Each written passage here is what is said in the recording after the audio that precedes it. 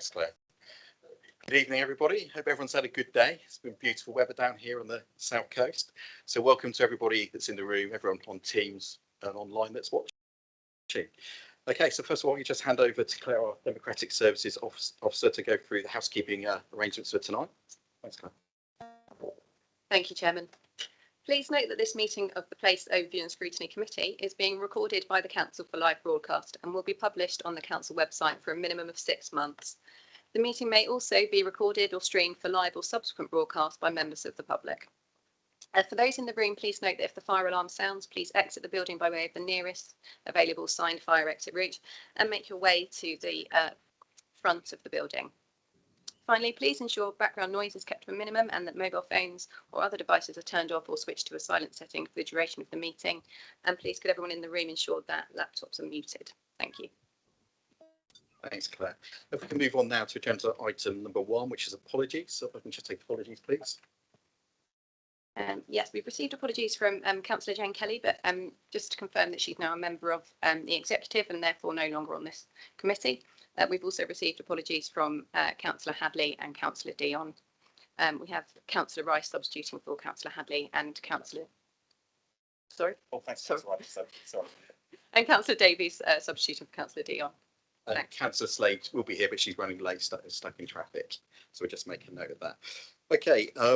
Substitute members we've covered. Declarations of interest. Do any councillors any disposable plenary interests or any other interests on the items on the agenda they'd like to disclose?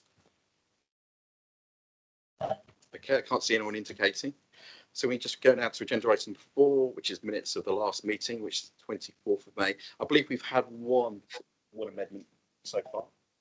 Yes, Chairman, there was an error in the copy that was circulated yesterday. It had Councillor Hadley down as being nominated as Vice Chairman. Now that should have been Councillor Dedman, so that's now been corrected. Thanks, Claire. Has anyone else got any comments to make? Take those as agreed. Okay, we'll next go on to agenda item 5, which is public issues. We have received a public statement, so I'll ask Claire to read that out if you can. Thank you. Thanks, Chairman. Yes, we've received a public statement from Mr. Alex McKinstry, who is a local resident. This is in relation to agenda item 6. I'm just going to read the statement out on his behalf as he was unable to attend this evening. I hope the Future Places business plan is debated tonight in open session. My chief concern is the funding mechanism proposed under Part 7. The company receives a fee for development schemes approved by BCP Council, then uses this fee to service its £8 million loan. My worry is that councillors may approve schemes indiscriminately, simply to amortise the loan monies.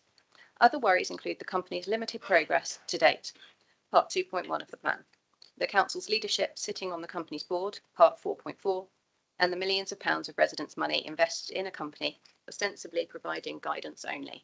Thank you. Thanks, Claire, and thanks for Mr. McKinstry for his statement.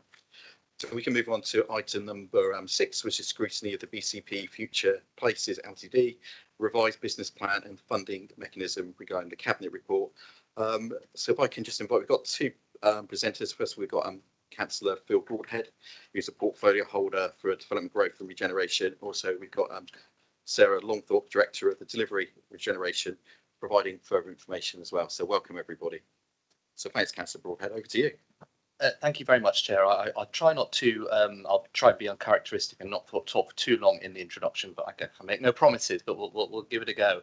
A part of the reason for that, Chair, is that this is one of a number of papers that we've received on our new regeneration arm, Future Places. And this one in particular deals with some of the changes that we've made since it was Future Places came into being around 8 months ago now. It was 8 months ago that we made the final cabinet report that we received the business plan for Future Places. And for those, just to remind everyone, the aim of Future Places, we've got a tremendous amount of regeneration opportunity across the Bournemouth, Christchurch and Poole region, predominantly through sites that we own, some that we have acquired, and a lot of surplus sites through the process of local government reorganisation. And when we came into administration, it became really clear really quickly that there was going to take significant resource in order to progress those sites, because when you've got £3 billion of regeneration, there's a lot of the significant resource that you have to put in to do a lot of the groundwork and a lot of the visioning, the planning, everything from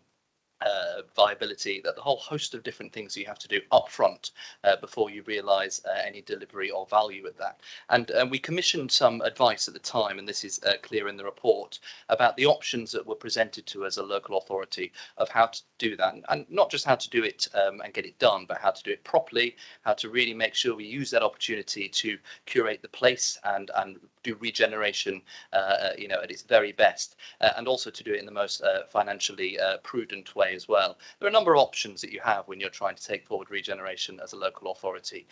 Option number one, you can just do it in-house. You can essentially get the resource, employ some more officers. It is difficult to get the talent required into the mechanisms of a local authority. So whilst you can do that, it's probably not particularly cheap, but also you'll then be very reliant on lots of commissioning external pieces of work. Or you can go into partnership on a number of these sites. We have a lot of sites, and I imagine that we will go into joint ventures on some of them, but actually that's probably not the way when you're trying to do the visioning and the groundwork to get that off the ground. Or you can do what we did, which is to create our own wholly owned, municipally owned regeneration company. The attractiveness of that option is that you maintain all of the control. It becomes essentially our regeneration arm. It's a fully owned function of the local authority. There's a little bit more flexibility in terms of some of the finances that we'll discover in this paper by having a wholly owned company, and that's a reason why we have a number of wholly owned companies within the council, including Seascape Group that looks after things like our buildings maintenance, our purchasing homes for homeless people, and a number of other functions. It's a very much what many modern, nearly all local authorities do now. And the other benefit of doing it that way is it's a real way to make sure that you can get the best talent in the land, because with the scale of opportunity we have here in BCP, I think we've got a once in a lifetime opportunity to get it done right. So we made the decision around 8 months ago a little bit longer ago, to create Future Places. And when we created it at the time, we assumed that we would basically Future Places would provide that development advice via an ongoing contractual agreement, and we'd provide regular revenue payments to fund those feasibility costs up front. Now, the downside of that funding mechanism, and the downside indeed if you did it within the local authority, is that all of that is revenue cost, and it's very difficult to get revenue costs back. So when you get to the stage of bringing those sites to fruition, they say some of them you might wish to sell, some of which you might wish to lease out. The money that eventually comes in as capital, apart from when we have flexible use of capital receipts, which we do at the moment for a limited time period for transformation. That capital receipts that come in cannot be used on other revenue costs. So when you have that situation, it means that any revenue costs that you spend on things like regeneration has to be ongoing, and essentially you have to assume that it's essentially written off. When we created Future Places, we made it under that assumption. Shortly afterwards, we've done some further work to look at some of the financial structures, and also looking at how other companies run their urban regeneration functions, because as I mentioned, Chairman, many do. And actually, a number of others have a different mechanism, whereby what they actually do is work on a performance basis for their wholly owned companies. And the benefit of that is that as and when sites get brought back to strategic outline business case, when they come back, we can then capitalise that cost. So that means that actually going forward, rather than throw millions of pounds, as is absolutely quite right to do, because we're talking about the future of our towns here, and essentially write it off, that cost can quite easily become capitalised, and that gives a much better value to the taxpayer approach to regeneration going forward. So as the schemes come through, Future Places do a lot of the work in advance. As soon as they bring it back to the council for approval, if we approve it, the risk then transfers to the council. We provide them with a payment, and that payment can be then capitalised. So essentially, where we're looking at a financial change to how the company operates, doesn't really change the function of what they do, but because that is a different change, we've therefore had to update the business plan for Future Places to reflect and give us the assurance that the projects that they have in hand are credible and that they're in the right direction, so that we have the assurity as a local authority to provide them a loan up front so that they've got working capital to be able to get on at their work at pace. Many other council-owned companies across the country do something very similar.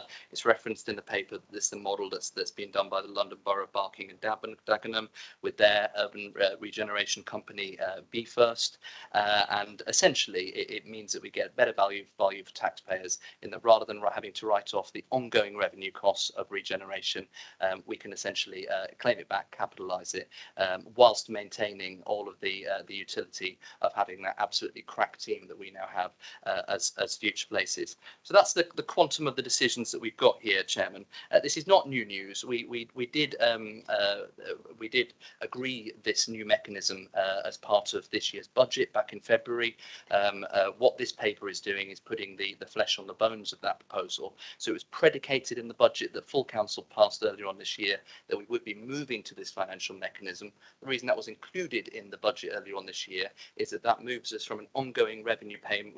Last year we provided £3 million to get Future Places up and running. Now we won't be providing the upfront revenue cost. We'll only be paying Future Places when they bring back proven sites that we can agree to, that we can then capitalise, and that gives them the funds to pay back that loan to BCP.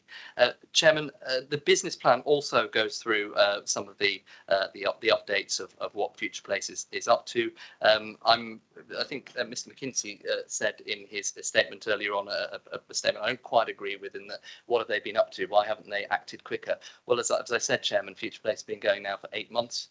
They've only recently completed the full recruitment process for what is needed for an undertaking of its size. We have billions and billions of pounds of regeneration, and this is our team to get out and do it.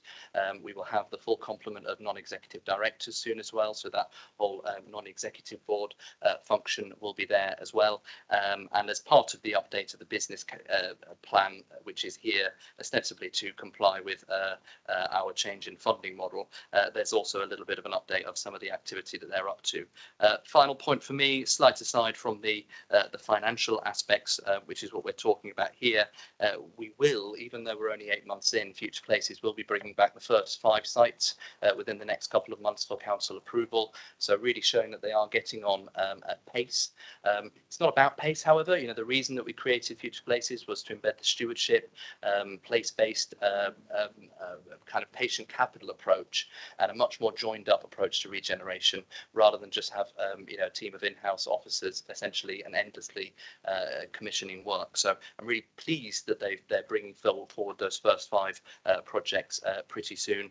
More will follow, but again, hopefully that gives an update of the reasons why there's this change in funding model. It'd be much better for council taxpayers. It avoids the ongoing revenue burden, and also the reason that we're bringing forward this revised business plan as well. Thank you, Chairman. Thanks, Councillor Broadhead. What I suggest we do, if everyone's comfortable and happy, we move on to Sarah now to carry on the detail on that. There were asked questions on the back of that. Is everyone happy with that? Is that okay with you, Sarah? That's absolutely fine. Apologies. If you get any background noise, let me know and I'll switch to my headphones. Thank you. So I think the Sorry, report... Sarah, you're right to turn your volume up a little bit, just really low in volume, so I don't know what that would be.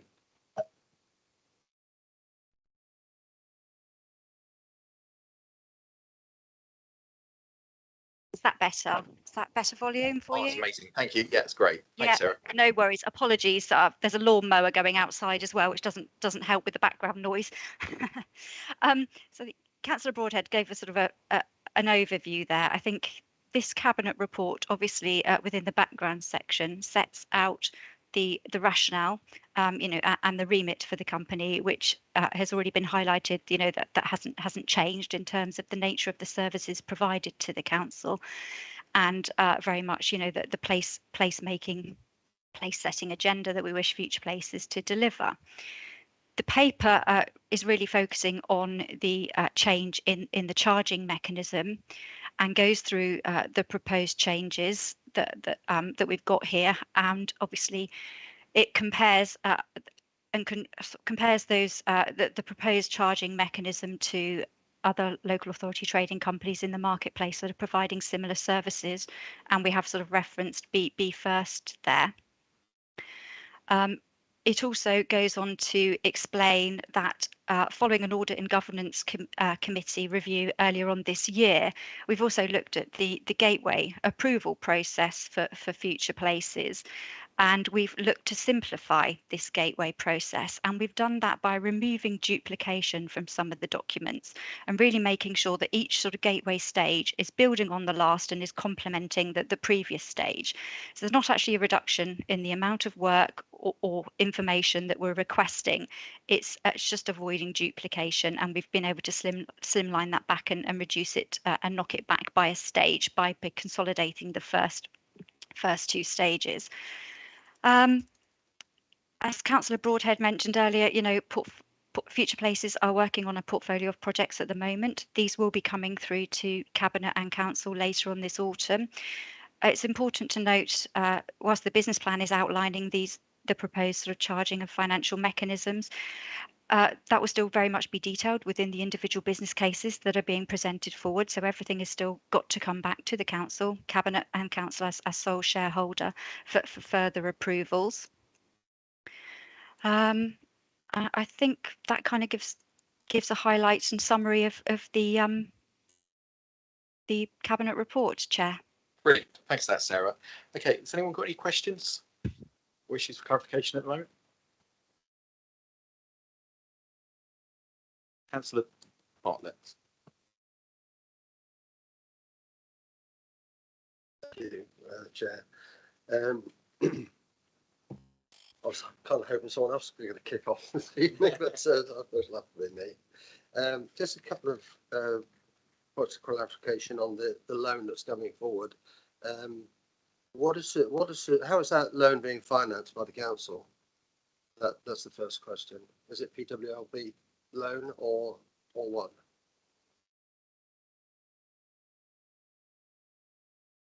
You okay picking that one up, Sarah? Yep, certainly. So the working capital loan that's being proposed of 8 million will be funded by borrowing. Okay, so what sort of borrowing is that, Sarah, please? Sorry, public works loans. Yeah, public works loans board. Is that permissible, given that the charges will basically be incurring 30% profit? I didn't think you're allowed to use PWLB borrowing for all purposes of generating profit. That's a very good question. Unfortunately, the Section 151 officer is an audit and governance committee tonight, but obviously the charging mechanism back will sort of contain a profit element to the company. However, with regards to PWLB sort of lending, it is being commercially lent to the company at a sort of a commercial rate. So I think then that is acceptable because it's being on lent at a commercial rate to the company. Okay, thanks. Let's just move on to the charging mechanism then. Now, in my experience in business, cost plus contracts very often was just a recipe for printing money. And where you have cost plus, there's very little risk for the organisation undertaking the work. And generally, the profit margins are reduced significantly because of the nature of the way that the work is being funded or paid for. But I was astounded to see that, you know, the rule of thirds approach has been taken, with the third being applied to contribution to profit and reserves. Now, I understand that this is a company that's owned by the council. I do understand that, so that effectively it will come back to the council if it's a profit.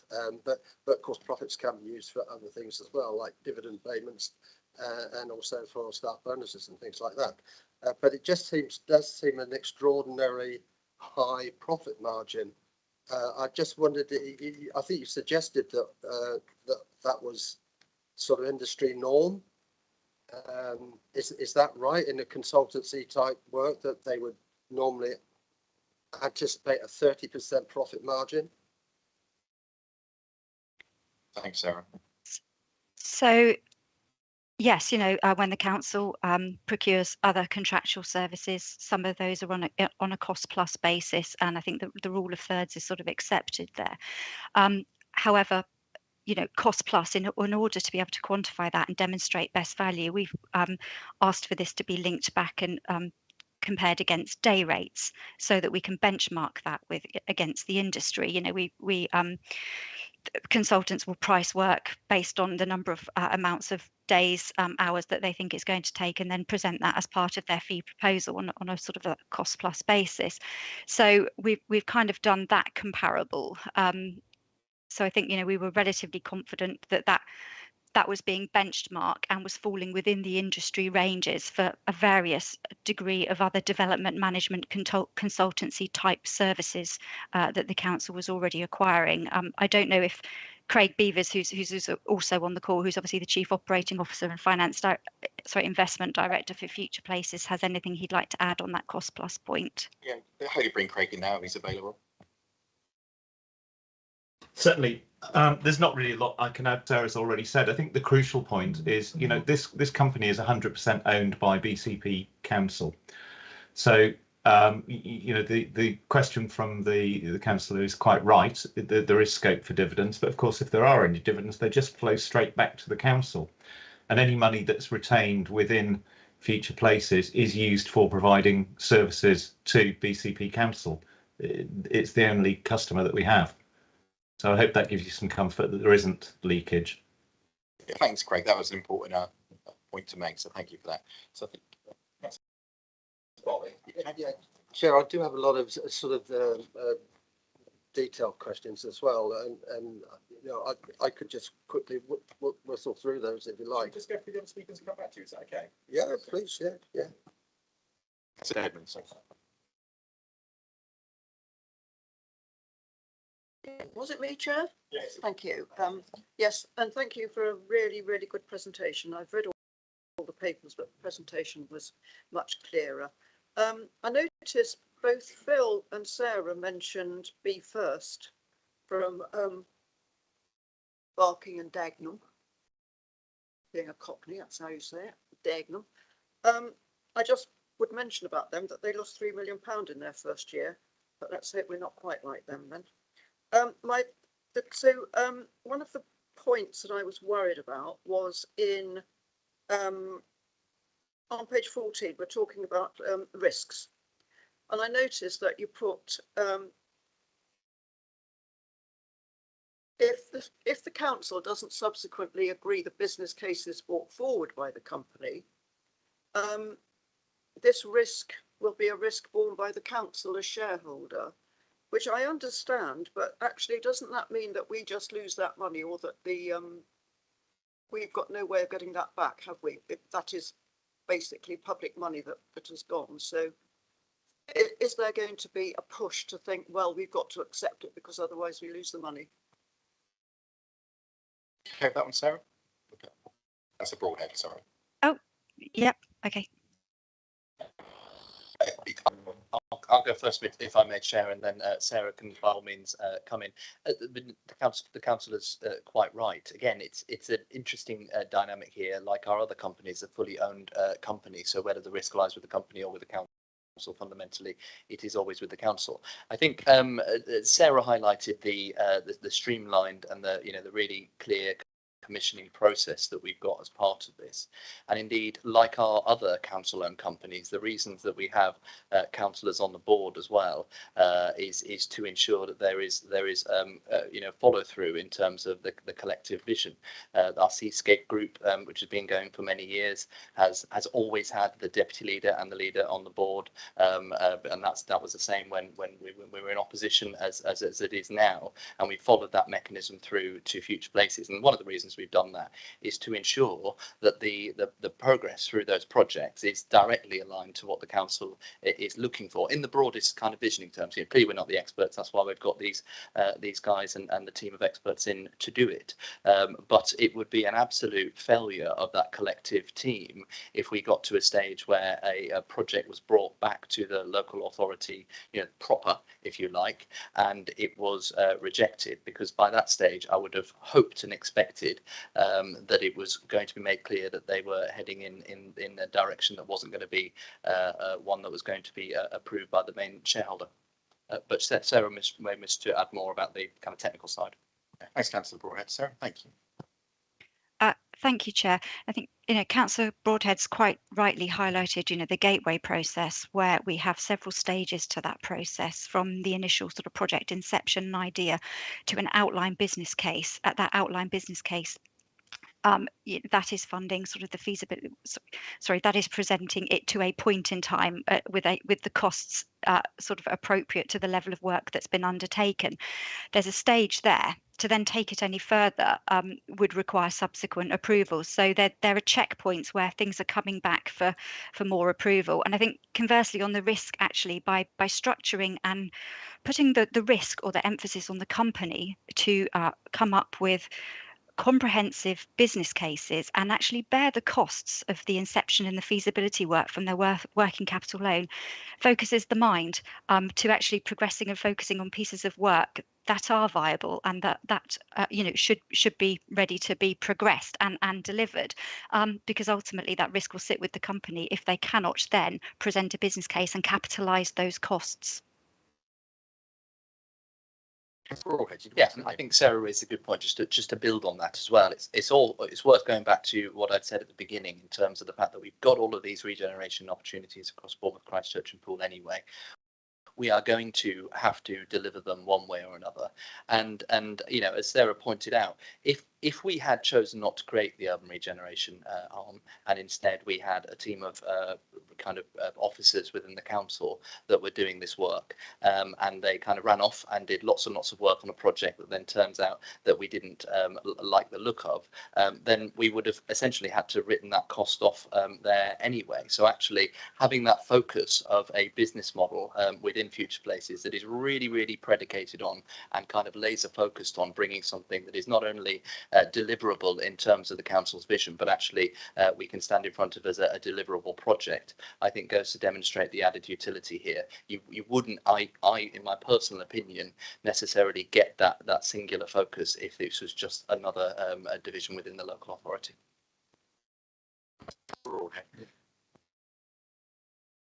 Yes. Sorry, can I just jump in there before Councillor Rigby comes in?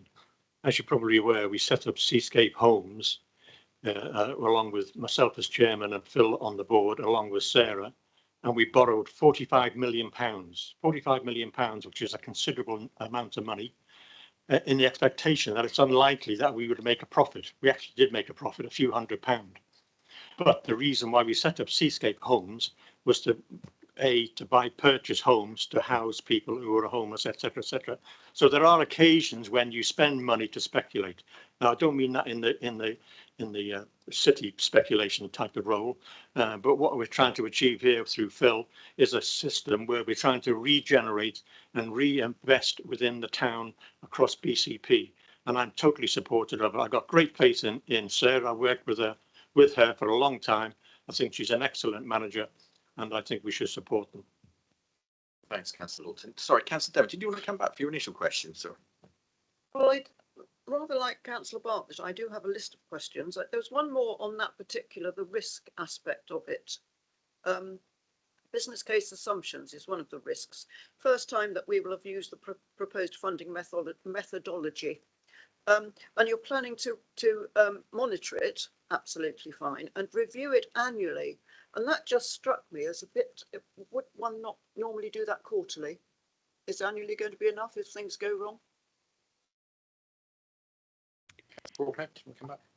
Thank you. Well, with all of our council-owned companies, and indeed those that aren't fully council-owned, such as the Bournemouth Development Company, the standard patter, if you like, is that we receive annual updates on how the whole thing is functioning.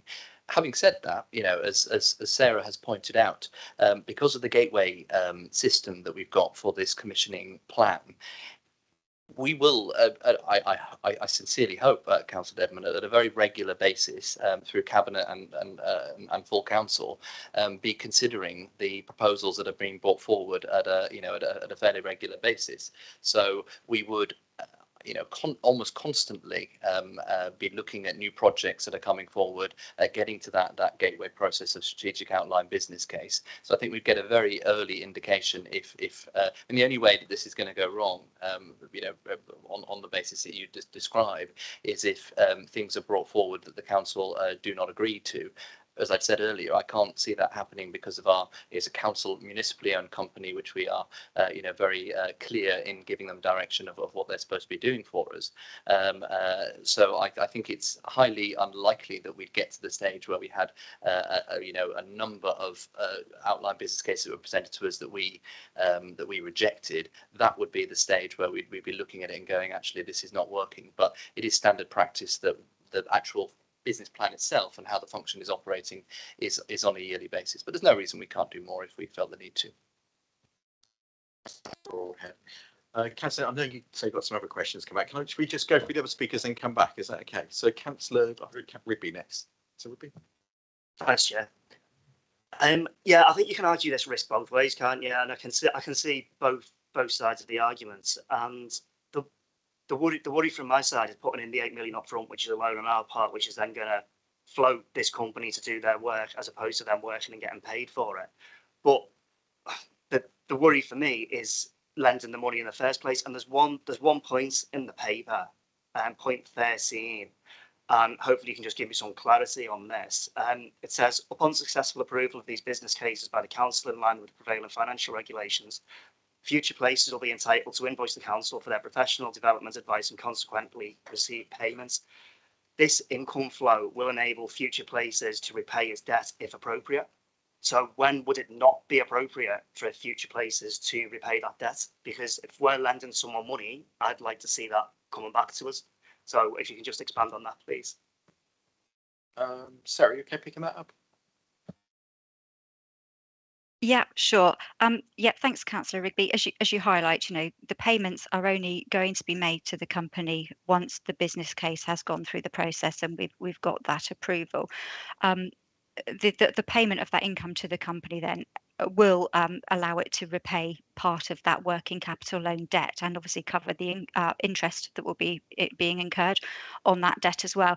If appropriate, yes. Of course, it is always appropriate for a company to pay its debts. So I happily look at that wording. That's Rigby. Do you want to come back? Yeah, just to set up. Do you want to? Oh, sorry, Craig. Sorry about that. No, it's fine. If I may, Sarah, I can just expand on that point a little bit. One of the is that obviously we have a scenario where we have ongoing work, and in the early stages we will be drawing down against our loan. We then have an invoicing cycle, and we have a period where we would be paying back. There were two things that were contemplated when that word, that phrase, if appropriate, were put in there. The first one is where we're due to pay the council some money back, but we also need to make a drawing at the same time. It may not be appropriate to make that. It may just be appropriate to carry it forward. You could argue that it's a wash between two cash flow items. And the other one is, if the council approves the projects as we bring them forward, we would expect that within a couple of years we would have a flat cash flow position, and then the loan will be retired. And at that point we'd be invoicing, but we wouldn't be retiring debt because there wouldn't be any left to retire. Thanks, Craig. Rigby, would you like to come back? Yeah, I kind of understand that, but I think I'd feel more comfortable if that wording wasn't there and it was just like, the income flow will enable future places to repay its debt, and just leave it at that. As like you say, it's always appropriate, and obviously how the debt is repaid is not appropriate or not. That's how it's repaid is how it's repaid, whatever way it might be. But if appropriate, kind of gives the impression that it may not be, and that's what I'd like to get rid of from there. Thanks, Sir. Okay, so we've got Councillor Jones next. Yeah, thank you, Chair. Future Places business update states that the longer-term, more complex projects such as Bosque and Wessex Build and Halls Bay can be staged up to produce a series of capitalisation events for discrete sub-projects, each of which could be realised independently to maintain cash flow. I must admit, I've read that several times, as well as the rest of the document. I'm still puzzled as to exactly what that means. So yeah, what exactly does it mean, and especially in relation to the projects listed? We have a bit more detail if possible. Broadhead, you okay? I'll try a layman's term on that one. I think it's down to the fact that within the business plan we have some big headings within there. So Boscombe regeneration is a heading, but of course Boscombe regeneration is not one project, as Councillor Jones knows. It's a series of projects. Very fortunate within the Boscombe regeneration project to have £23 million from the government to progress with that as part of the Towns Fund award.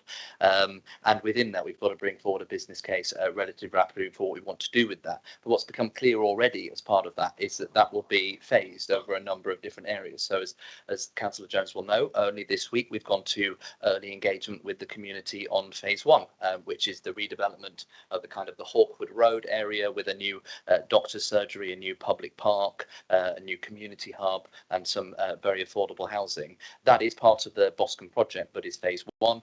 Future Places are taking ownership on phase two. There are potential other phases that can be added to that as well. So I think what we're trying to do within that wording is say, rather than the Boscombe project be brought back and then paid at that stage, it recognises the fact that many of these projects are going to have a lot of elements to them, and so it will be chunked into phases. The same, I'm sure, will happen with the power station site at Holes Bay.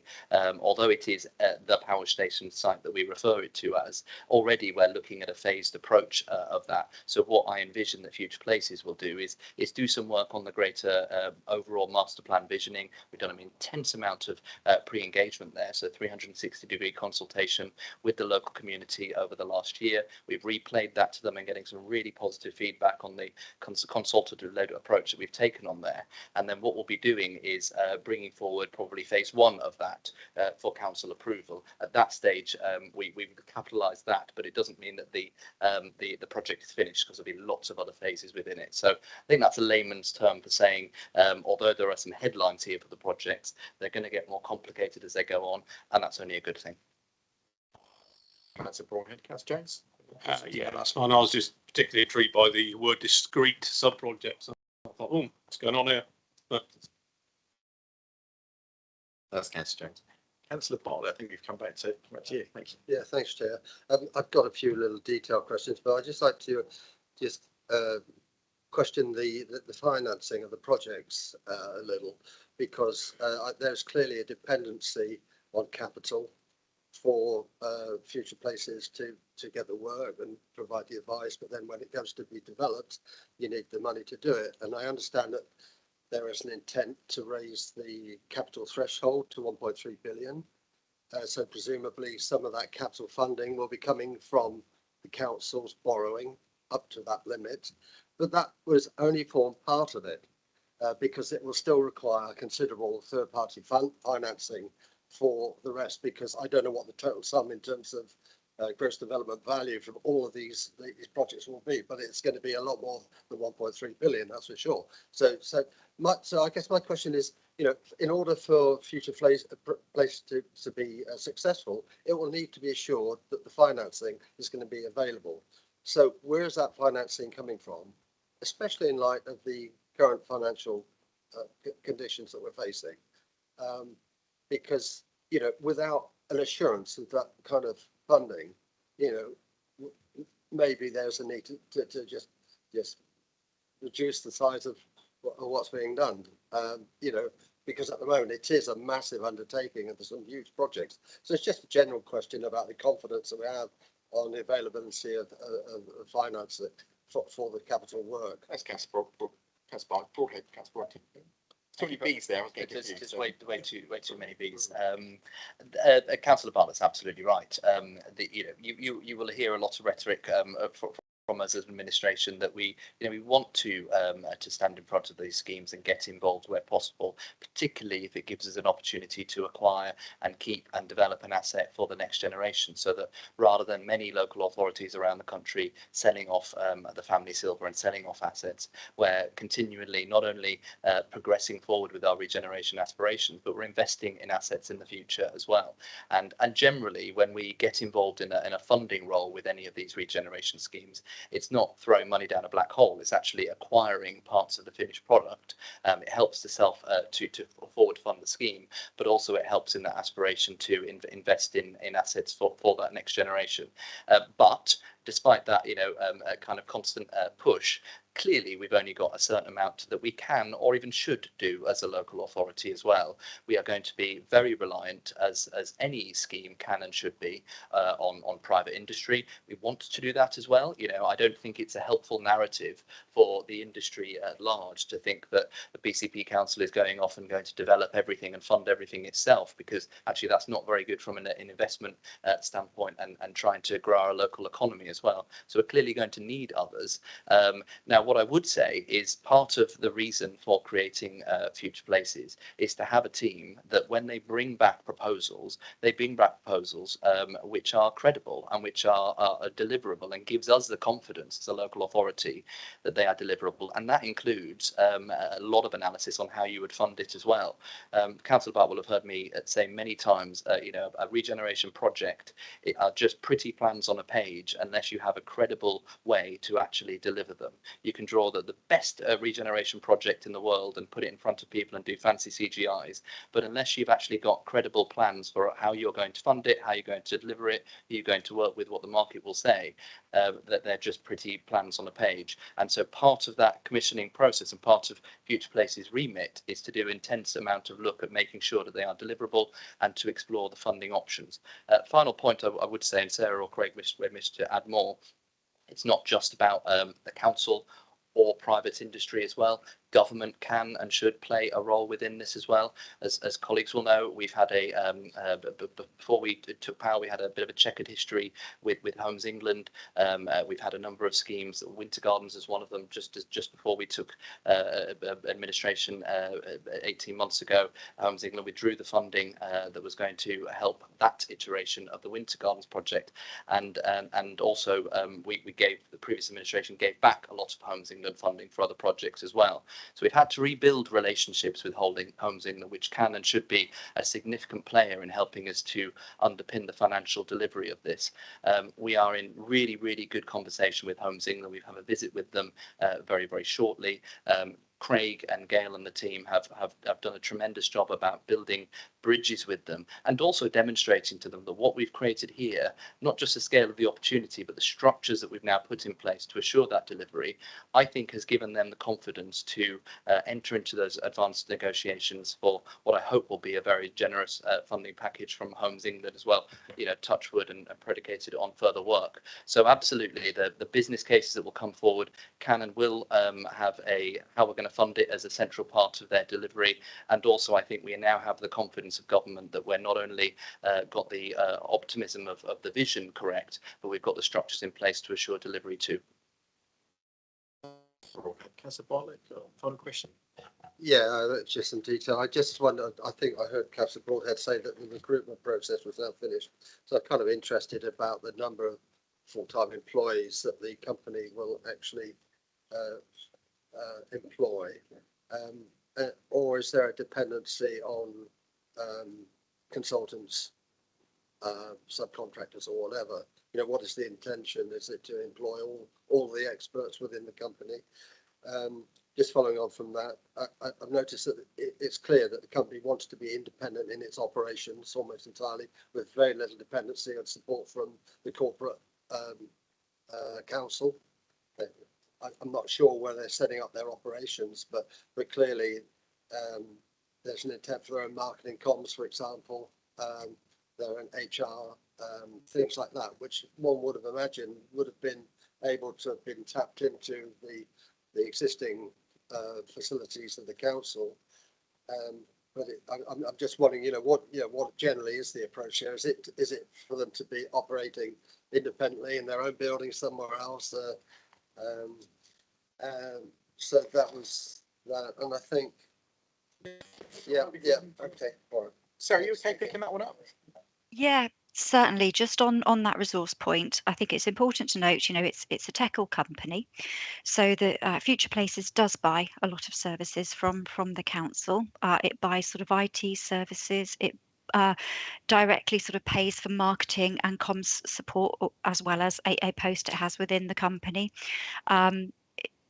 HR, it was decided that it wanted to sort of procure itself, to give it some more agility and flexibility in terms of policies and processes. But the council is still providing a lot of services to the company: finance, IT, legal, marketing and comms. So, you know, there are still a raft of support services that are being provided under a resource agreement and service level agreements that are obviously structured, that outline exactly what that support is and what that associated cost is as well. Yeah, and the number of staff. Oh, sorry, apologies. So the business plan, I think, has got a latest organogram of the company structure in there, but I'll hand over to Craig or Gail to give an update on the exact amount of full-time equivalents. I want to say 6, but just in case I've got that wrong, I will hand over to them. Thanks, Sarah. Craig, are you there? It's okay. Yep, Gail, do you want to take that, or Great. shall I take that? There's kind of two-part answer to this question, if I may. Once we're fully staffed, we will have 24 full-time equivalents. But that breaks down very neatly into 2 core teams. We've got an enabling team, which is now fully staffed in terms of headcount. Some of them are consultants in that they're not full-time employees on the payroll. And the second is project managers who will actually take projects forward once we have initial buy-in from the council that we've got a concept that we want to deliver and we need to move it forward at scale.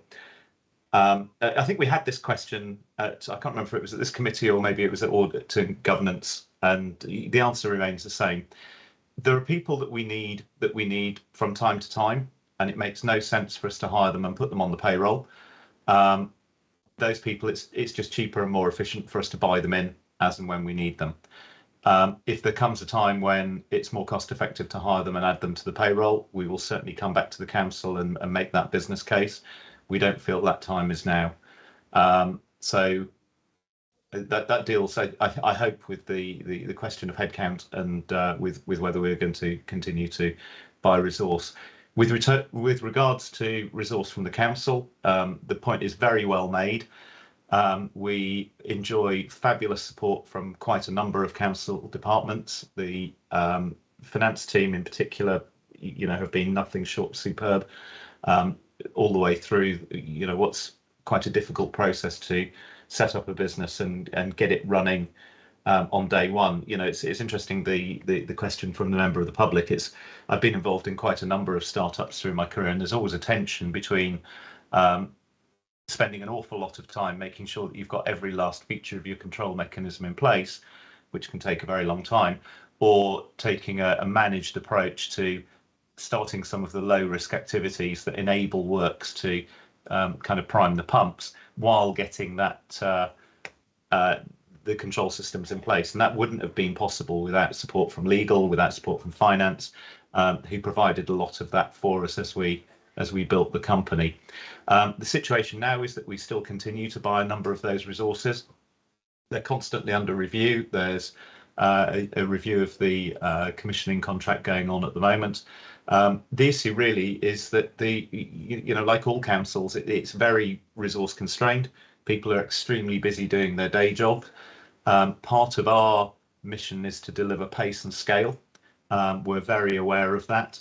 And there's a lot of work going on with Sarah and her team to make sure that there is bandwidth available in the council to deliver the resources that we need when we need them. If that's available within the council, of course, I'm going to want to buy them from the council. It's almost certainly going to be the cheapest option. But where it's not, and where there are either timing implications or cost implications to our projects, then we need a mechanism to be able to sensibly take them outside where there is a business case to do so. And just one thought to leave you with on this. We're looking at delivering somewhere in the region of 2.8 to 3 billion pounds worth of regeneration to the area. If you just think about a sensible rate of return on a real estate portfolio, it's about 4%. That's about 40,000 quid a day. It doesn't make sense to slow things down because resource isn't available. So we need to make sure that we get that right, and there's a lot of work going on to make sure that we do. Okay, thanks, Craig. Okay, Councillor Devon. Thanks, Councillor Barr. Well, it was actually, Chairman, it was totally to do with staffing, and I noticed a little piece on, I think it's on page 59 of the business report it was, and future places staff. And there's a little piece that says there's been a level of repetitive scrutiny of future places staff predicated on incorrect information.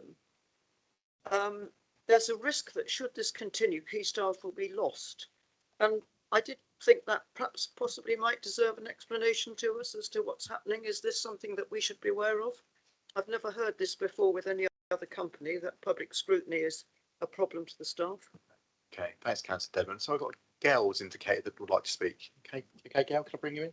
Thank you, Chairman. If I may, just like to respond to the previous councillor's question about our premises. And sorry, I'm just going to put my camera on. I beg your pardon. I think I'd just like to make the point that we're a startup company, and for that reason, we're very keen to operate quite a present operating model where we're forging that team and developing our business practices together as a team. So there is an intention to take our own premises. We're looking hard at the office market to find the most cost-effective and reasonable solution to do that. But we are very keen indeed in bringing our core team together in quite a traditional way, to be perfectly honest, because in this startup phase, we think that's actually the best way to go about doing that. So I hope that answers your question on that front, Councillor. Councillor Dedman, to your question, I think you probably are aware there's been quite a lot of Twitter coverage of some points which are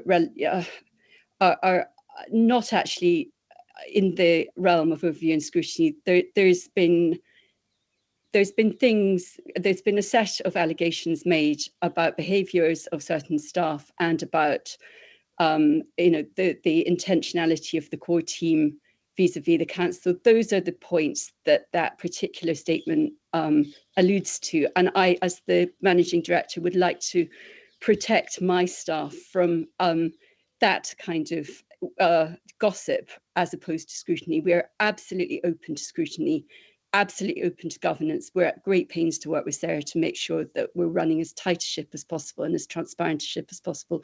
But we do not wish to be the subject of kangaroo court sort of commentary, if at all possible.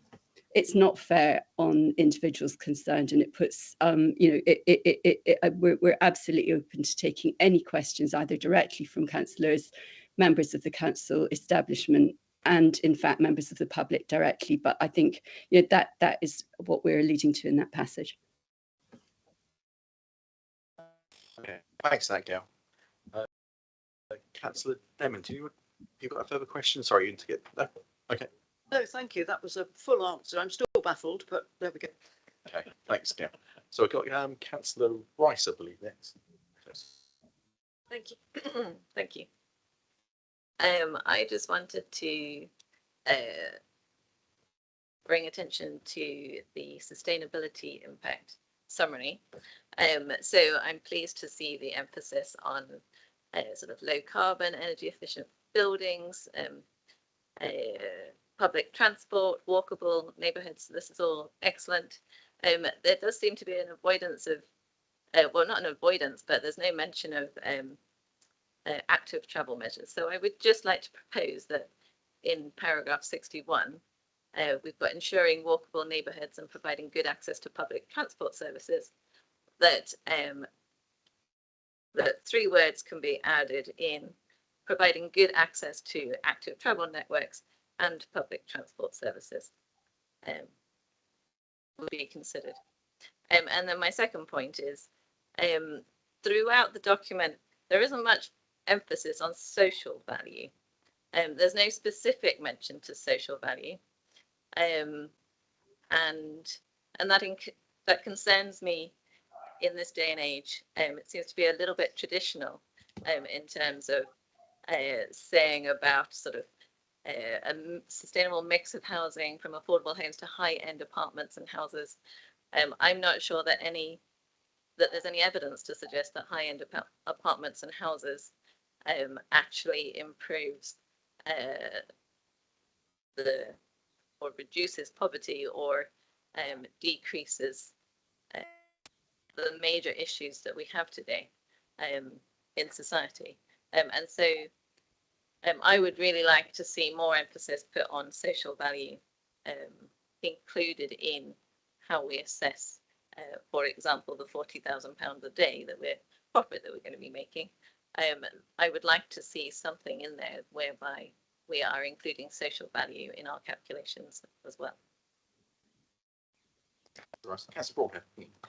I know Gail has a hand up as well, so I'll start, and then Gail may wish to add more. To Councillor Rice's first point, absolutely agree. You know, we're all very keen on active travel networks and active travel as part of that Your Travel Your Choice programme that we're doing. You know, we want to encourage you know, all of the different ways that people want to get around, and particularly in most of these regeneration projects, which invariably are in the more urban areas, then that's absolutely going to be central to it. So the omission of active travel in there wasn't a deliberate omission. It was just mainly because it talked about walking, it talked about public transport, which are active travel, but I'm absolutely happy to add those words in there. And it is under the summary of sustainable impact section, but I mean, I think we're all agreed on that. So more than happy to bring those in. On the second point, I think that the social value mix will be inevitable as part of it. Gail will talk further because it's pretty central to what we're trying to do here. We're not just bringing forward, you know, we referenced earlier on the Be First company up in Barking and Dagenham, which on the one hand we've taken some steer from in terms of some of the modelling and financial and other structures alongside others, but actually the fundamental aim of that regeneration company is very different to ours. It is not really a regeneration company. Theirs is solely focused on a huge need that they have in that part of London for homes and delivery, and that's absolutely fine. That is their issue that they need to tackle, and they've cultivated their company purely focused on the core delivery as many homes as possible.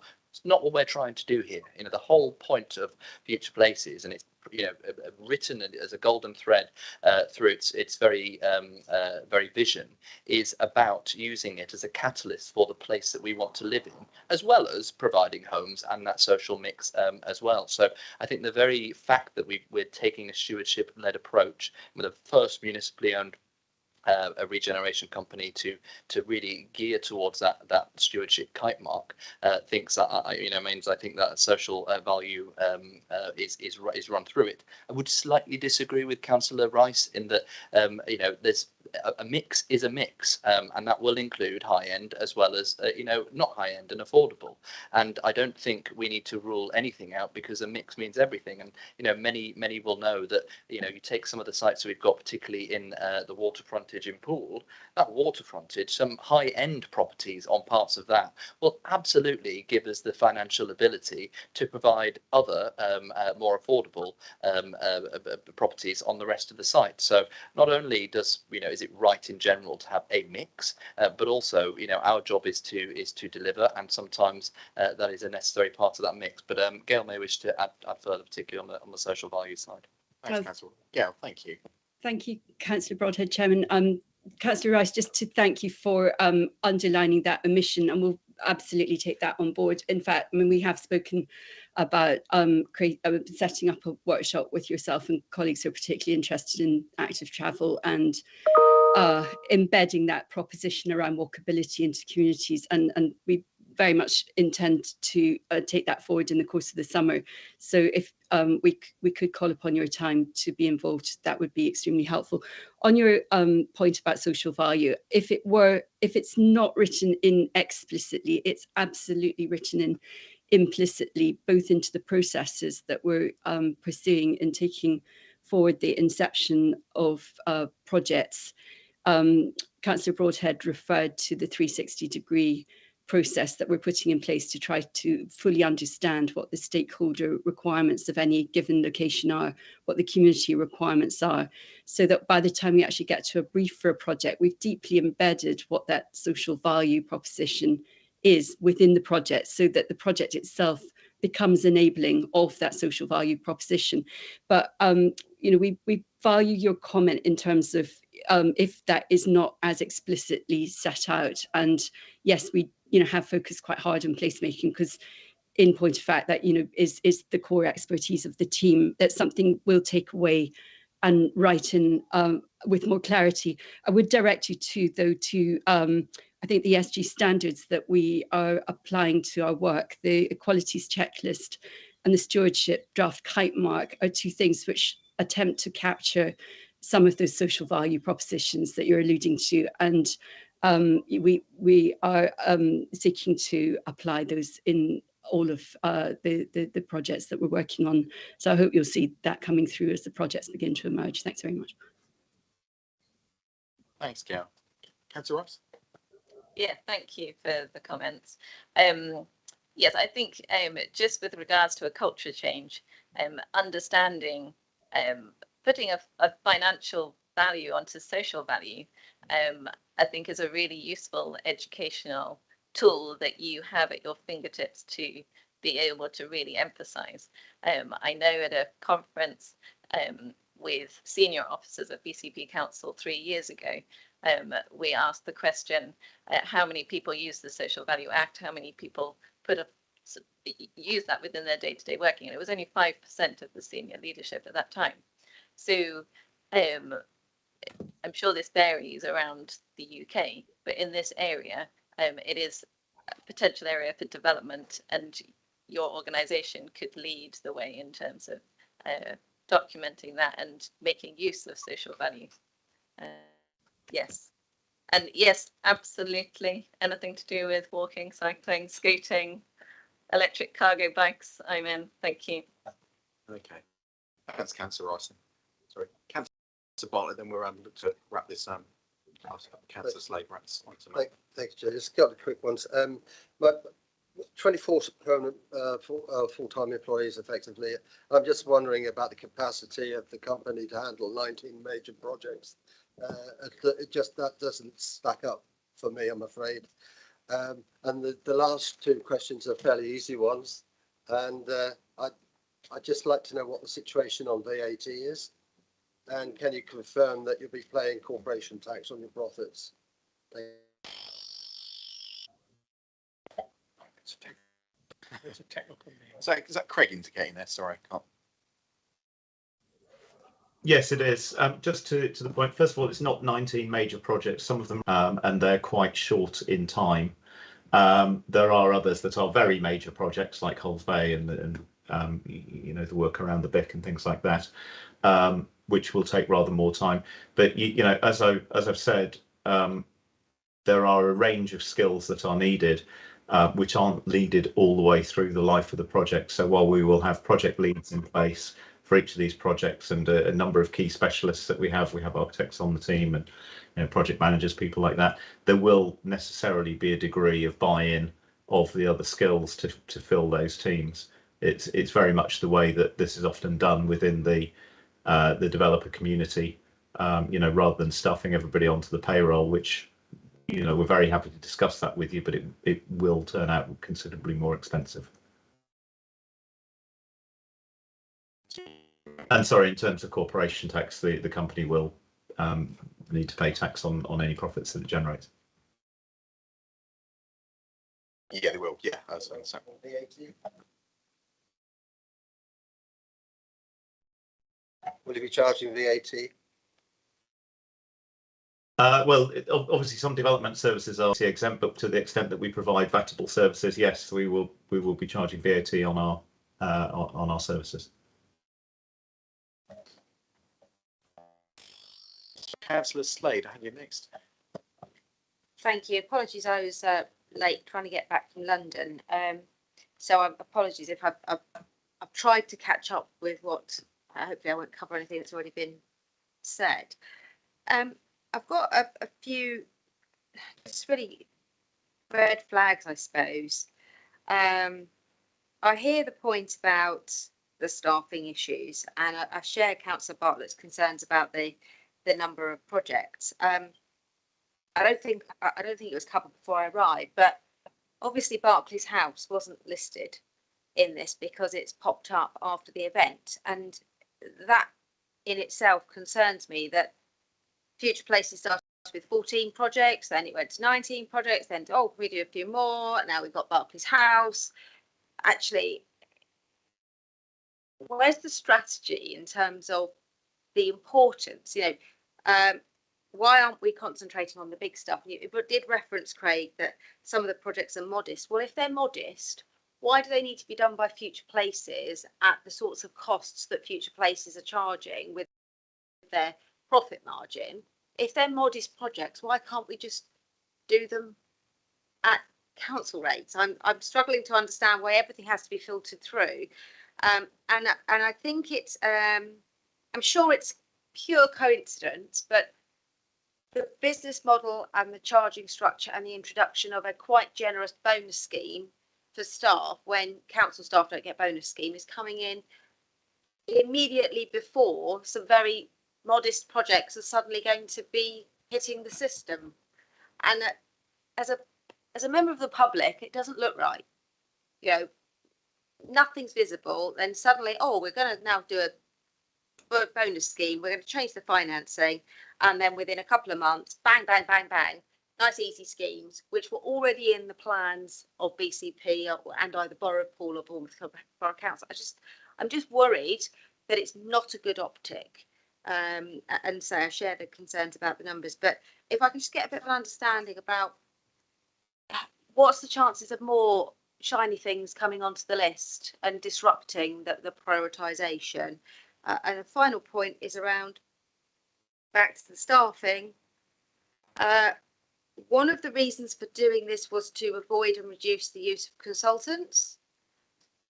And now we're increasing the use of consultants, but also having some, with all due respect, some very expensive management staff. Is that core team full time? Is what we're paying for those staff actually full time? And the non-exec directors, I've read the minutes of the last meetings. There doesn't appear to be much progress in getting these non-exec directors. That may have changed since the last meeting, but we're using a recruitment company. Actually, that's not really working out. We're going to use our own networks. I'm a bit concerned about a lot of use of, people we know, rather than actually going out to the broad market. So let's get some comments about that transparency, please. Thanks, Councillor. There's quite a lot in there. Craig, are you okay picking those up? I think it's okay. I can pick up some of them. I think it's probably more colleagues to pick up others. Firstly, Berkeley's House is not a Future Places project. I've seen a number of articles in the Echo suggesting that it is, and I really don't know where that's come from. It is not our project. We've been asked to comment on a few bits and pieces around some of the transaction issues. We've helped out to a very limited extent, but that's a project being run by the council team. With regard to the smaller projects, these are all projects that have been around for a very long time within the council. Council officers are extremely thinly stretched. They're very busy. I'm not sure it's quite right to say that the council should be doing or could be doing them. The council would have self-evidently have to gear up to do them because they haven't happened for a period of time, and that's why we're delighted to pick them up. With regard to margin, I think this was dealt with quite extensively before you arrived. I just reiterate the point. Future Places is 100% owned by BCP Council. If there is a margin on any of the work we do, there is zero scope for leakage of that money. That money belongs to the council and is spent on projects for the council. And to the extent that there are no more projects that the council want us to do, it will be returned to the council either by way of dividend or by some other, liquidation event if there's no more projects for us to do. But it is not correct to say that that money is somehow being paid in margin that then evaporates into thin air. That's great. I think, Councillor, to pick up all the questions that you have. Yeah, thanks for clarifying that the Berkeley's House and the Future Place projects. Apologies if there's any misunderstanding there, but obviously none of us were made aware of it, and we can only go on the information that we're actually told about, and it would be nice to be told. Okay, I think. Sorry, Councillor Dale, just one more question, then we'll wrap this issue up. Thank you, Chairman. It's a really, really tiny question, and it's still on this risk thing. And I noticed that it's about the PWLB funding stream, and it says that Future Places are in the process of securing a definitive opinion on this funding from council, and I just wondered, I don't think we've covered that. I must have missed it if we had. So how's that going? Councillor Broadhead, can you Yeah. put on that? Thank you. Oh, actually, Sarah or Craig might be better. I could Okay, give, I could sorry. give a layman's answer, but they can probably. Sorry, give a better Sarah. answer. Sorry about that. I think Yeah. John, so I I think I'm probably the best place to answer that one because I was dealing with it today. So the situation is that we've gone out to council. The brief is with council, and it's something that we will be making a selection of who we get to write that opinion very shortly, and then they will provide that piece of work to us. So if I can just add to that point as well, this is about the appropriateness and the ability to use public works loan boards to fund regeneration projects. You know, we all know SIPFA rules have tightened up on the use of public work loan boards, particularly around invest to yield activities. So we are seeking further clarity and advice on the appropriateness and use of PWRB to fund regeneration projects. And some of those regeneration projects, where they are mixed use projects, may have a small element of a yield perspective. And we really do need to seek clarity on that. Yeah, just one more thing, then we'll wrap this up. Yeah, this is what I was trying to get at earlier on. I think about the extent to increasing the council's borrowing threshold, which is a dependency. The other dependency is, of course, whether it can be used to fund some of these projects, and that's the question. And it's really is a key one, because without that assurance, there's not really any point in proceeding with some of those projects where there possibly could be a constraint on the amount of public works loan board borrowing that council may be able to obtain. Chair, can I Yeah, just to give some assurance on that, in that, although I agree with Councillor Bartlett that would make it sound like this was an existential threat. Actually, the nuance of what we're seeking clarity on is, as Sarah pointed out, on those schemes, or even acquisitions, actually, whereby there is some element that is not purely regeneration. And the government's been quite clear, and in my conversations with government on this, they want local authorities to continue to take a leading role within the regeneration space. And we've seen in the government's recent announcements in the Levelling Up and Regeneration white paper that came out as part of the Queen's speech, extra powers that will be given to local authorities, new CPO powers for regeneration areas. So the direction of travel continues from government, that they're quite happy for us, and indeed encouraging local authorities to help move the dial on regeneration. There is some change. There are some changes, however, in the SIPFA guidance, where it is trying to discourage predominantly, I think, local authorities that were purely using the PWLB borrowing for nothing other than essentially yield plays.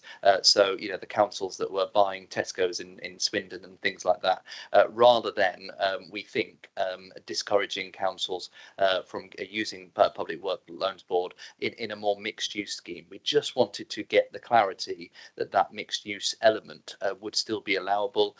I think it's pretty clear the government's and actually recent changes to SIPFA use the word solely, so you cannot borrow solely for yield purposes, but we've had differing views from some within that. So it's just making sure that where we have situations which I think will probably be rarer, where either through acquisitions or funding there is an element of income stream, that we're not going against the spirit of the guidance. I feel confident in it, but it's good to have that council opinion so that we can stand in front of it. It gives us lots of options for our placemaking in the future. Yeah, of course, the chief financial officer have an opinion, and obviously have his input on that as well to make sure it's so. So, Craig, I'm not sure that's an historical hand if you want to come in. It is a historical hand, but if I could just expand on that point just a little.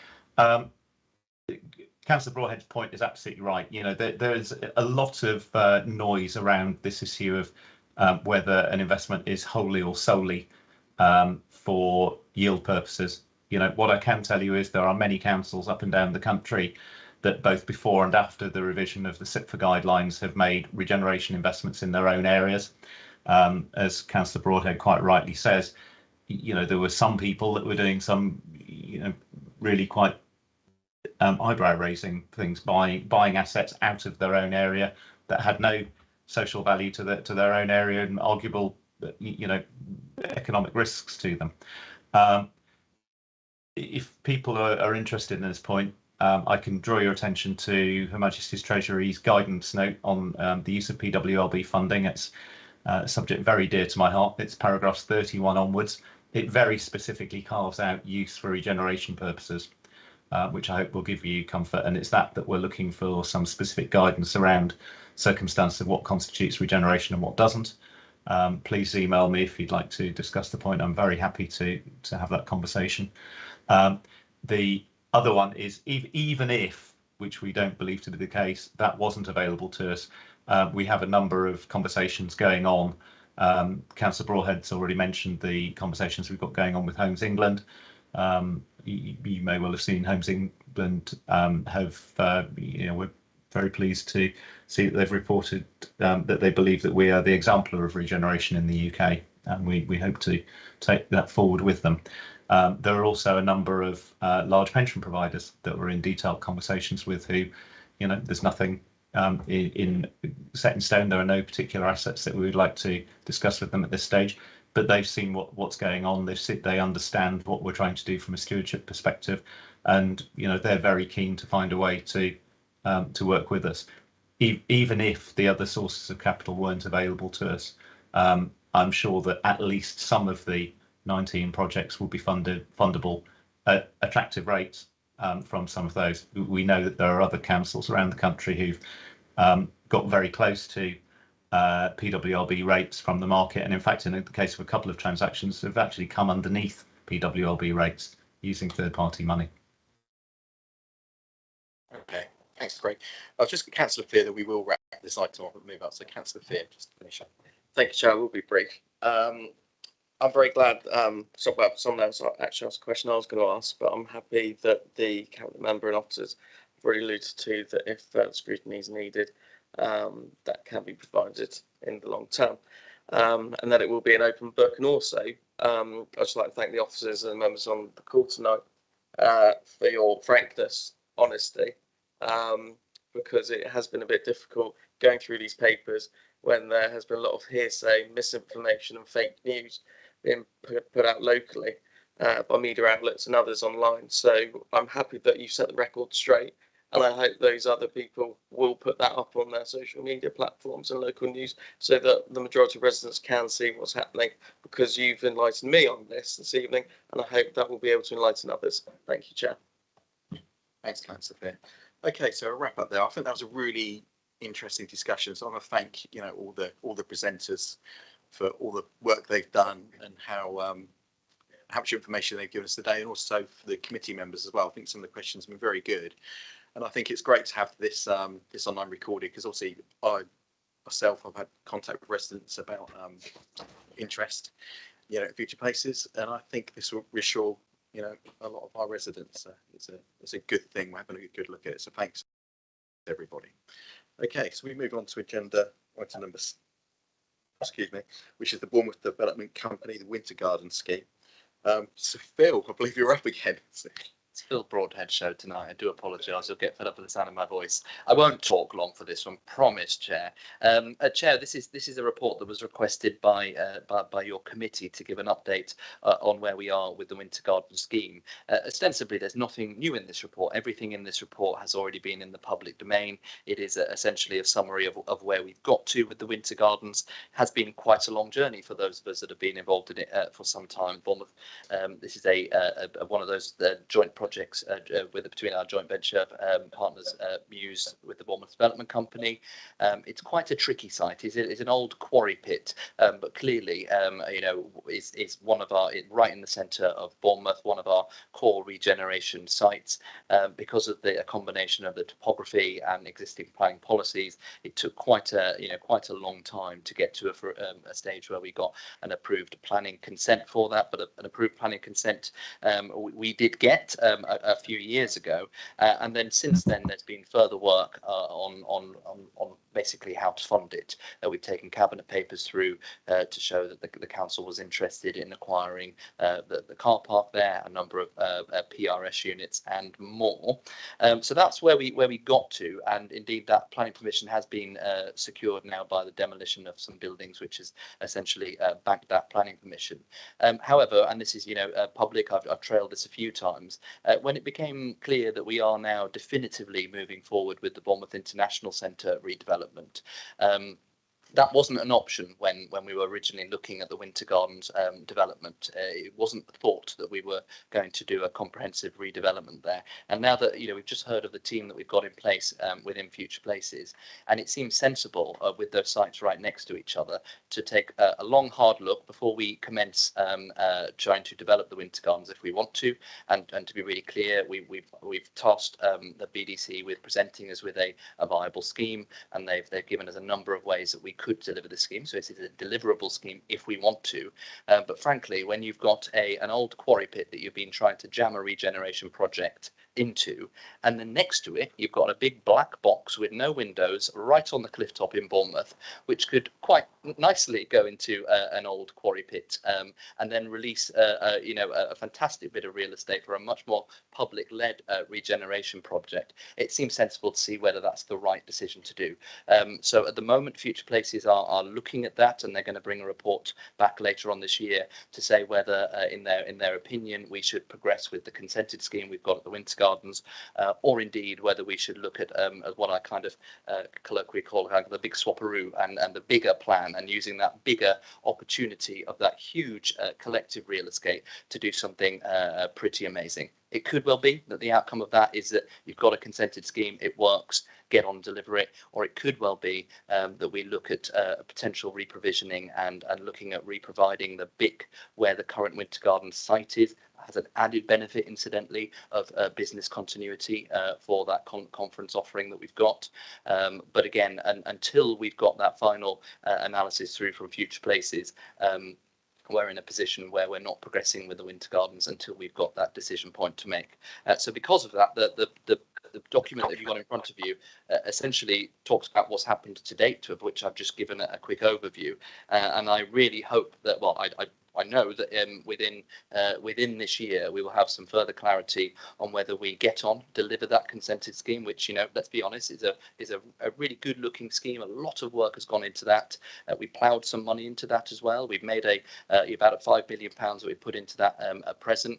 We've made a provision for that £5 million within this year's budget. However, that provision will come out in the wash somehow, either through progressing with the scheme and then it being part of the build cost of the Winter Garden scheme, or being rolled into the much larger BIC Winter Garden site should we progress on that basis. So it's not a loss, it's a provision that we've made to be extremely prudent, but I hope that in the next few months we will have some further clarity about whether it's going with Plan A and delivering the Winter Gardens, or indeed taking that much bigger opportunity. Thank you, Chair. Thanks, Councillor Broadhead. Before I open to the committee, Sarah, would you like to add to that at all? Thank you. Just to add, obviously, this report was set out to really highlight the consented scheme, given a summary of the previous Cabinet and Council approvals that have been approved in relation to this scheme. I've put a project timeline in there, which shows right through from October 2015 up to date, some key milestones, just so that you can track that through and see some of the issues that have been there, and some of the key impacts, because there've been a lot of changes during that time. And then finish off by obviously giving a current status on where we're at. Briefly touch on sort of the temporary and the meanwhile uses that we're hopefully seeking to engage and getting good interest on that site to get something in place for, and sort of what are the future options and how they can be considered going forward. So that's just a brief background to the report, Chair. Thanks, Sarah. That's very helpful. Does any committee members have any questions? Councillor Bartlett, I know this is of interest of you. So Councillor Bartlett, I'll start with you. Thank you. First of all, I'd like to thank the officers for the report, which does actually give the status of the Winter Gardens project, which which has been very difficult to get hold of this information over the last few months. Clearly, once the planning consent was given, one would have hoped that eventually the project would come into fruition and be built out as a sort of a major scheme for the town. And having worked on it since sort of 2015, one would duly expect after planning consent, and which was a torturous process, I know, that the scheme would then go ahead. And in fact, just before Christmas, there was a big announcement in the paper. Yes, the scheme is going ahead. Whoopee! Let's get rid of all the old buildings and let's start work. And then, of course, we're told that, hang on a minute, we're having second thoughts, that the Winter Garden scheme will not go ahead because Future Places have come up with some other thoughts about the bigger scope of things. Now, Councillor Broadhead has just confirmed that we are going ahead with a major redevelopment of the BIC. News to me. I don't know where that's come from. I know it was being looked at, but it sounds like you've made a decision somewhere. I wasn't aware that we are going ahead with a major redevelopment of the BIC. And I guess, okay, if that is fact, then it obviously makes sense to look in the round to see, look at the whole area. But it's incredibly disappointing, isn't it, that after all those years and all that effort and £10 million worth of costs going into obtaining planning consent, that it now is abruptly stopped. And yes, following through, just hypothetically, if the project is picked up again at a later date, we already know that the scheme is not viable. This is the reason it stopped, not because we were looking at a different scheme. It effectively is not a viable scheme, and that's probably why Muse Development decided to post a provision of £5 million on their accounts, as the council has been obliged to as well as a 50% partner. So. Yeah, I think that there are a lot more issues here that we're not really fully au fait with. For example, there's no headroom in the borrowing commitment to borrow in excess of the current limit. I know we're looking to extend that, but at the moment the money's not available. But from what I understand is there's no third-party financing available, although it has been suggested to me that Homes England are prepared to fork out 75 million quid or whatever it is in order to fund it. And then with the 45 million quid or whatever it is, coming from the council, we would then have sufficient money to fund it. But of course, there was the issue of the cost. The costs escalated significantly before Christmas, and that's probably the point where, hang on a minute, is this scheme viable? And of course, since Christmas, we've seen a real escalation in cost of building. Sort of 20% or whatever the cost of building. And this was pointed out too. Since Christmas, we're now 6 months on. The cost of delaying that development has gone even more. I think that the loss in the net return, I don't know what it would be, but we were talking about, I don't know, what was it, £400,000 a day or something for the 2.3 million. Thanks, guys. I mean, there's a lot in the council budget. Yeah, if you could summarise a question, that'd be. Well, I just like to know what the bottom line is. Is it that we're just looking at it because because we're going to redevelop the BIC, or is it not a viable proposition at this time? You're talking about levelling up. Come on, Councillor Broadhead, level up with the people of this town who are now 5 million quid out of pocket because this scheme has now been stopped. Sorry, Councillor Broadhead. Yeah, no, happy to answer those questions. First of all, as I've made really clear, nobody's 5 million quid out of pocket. £5 million is the amount that we provisioned, that we've put into this scheme so far. And as I'd said, there's two outcomes really of this whole process. One, that we continue within the boundaries that were always in the Winter Gardens project, in which case that is money that's already accountable there and it comes out in the wash in that. Or if we do proceed with the kind of bigger opportunity, then invariably it gets taken up into that as well. So no council taxpayer has lost that amount. We've been prudent and made kind of provisions for that, because that's essentially accountancy wise what we should do. But we are going to develop this site. I'll respond to a number of the points Councillor Bartlett raised. First of all, the big project was a project that was approved by the previous administration that we inherited, and as far as I was aware at the time, there was widespread cross-party approval that the BIC had its day, I suppose, in terms of the fact that it's not quite at the level of provision that the modern market would want for that conference offering. However, the conference market and the concert market is pretty central to the economy, particularly of central Bournemouth. When the BIC was constructed in 1984, it was designed, and it was a council project at the time, to transform the Bournemouth's economy from one that was very, very seasonal into an all year round economy. And it absolutely succeeded with that. But that was 38 years ago. Time has moved on. The demand for that, the type of fabric of that building has moved on as well. So I inherited a project which I'm quite happy to have inherited, to comprehensively rebuild the BIC. Whereas Councillor Bartlett knows, in the Bournemouth days, the thinking was to do a more phased approach at its redevelopment.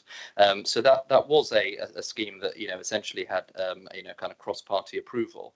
I can categorically say that the idea that we're at this position of considering the wider opportunity is because the scheme is not viable is untrue. As I'd said earlier on, we had tasked the BDC to bring us forward a proposal for developing the scheme, so that we had the option of either developing it or to actually look at this other option. So the fact that we're entering into this analysis of a bigger opportunity from some kind of defeat and we've given up is categorically untrue. We could absolutely deliver the scheme if we wanted to. Councillor Bartlett has talked about a number of the different ways that we might well still be able to do that. Obviously, when I inherited the Winter Gardens project, the Homes England funding had been lost, but as we've heard from Mr. Beavers, we're in really good discussions with Homes England.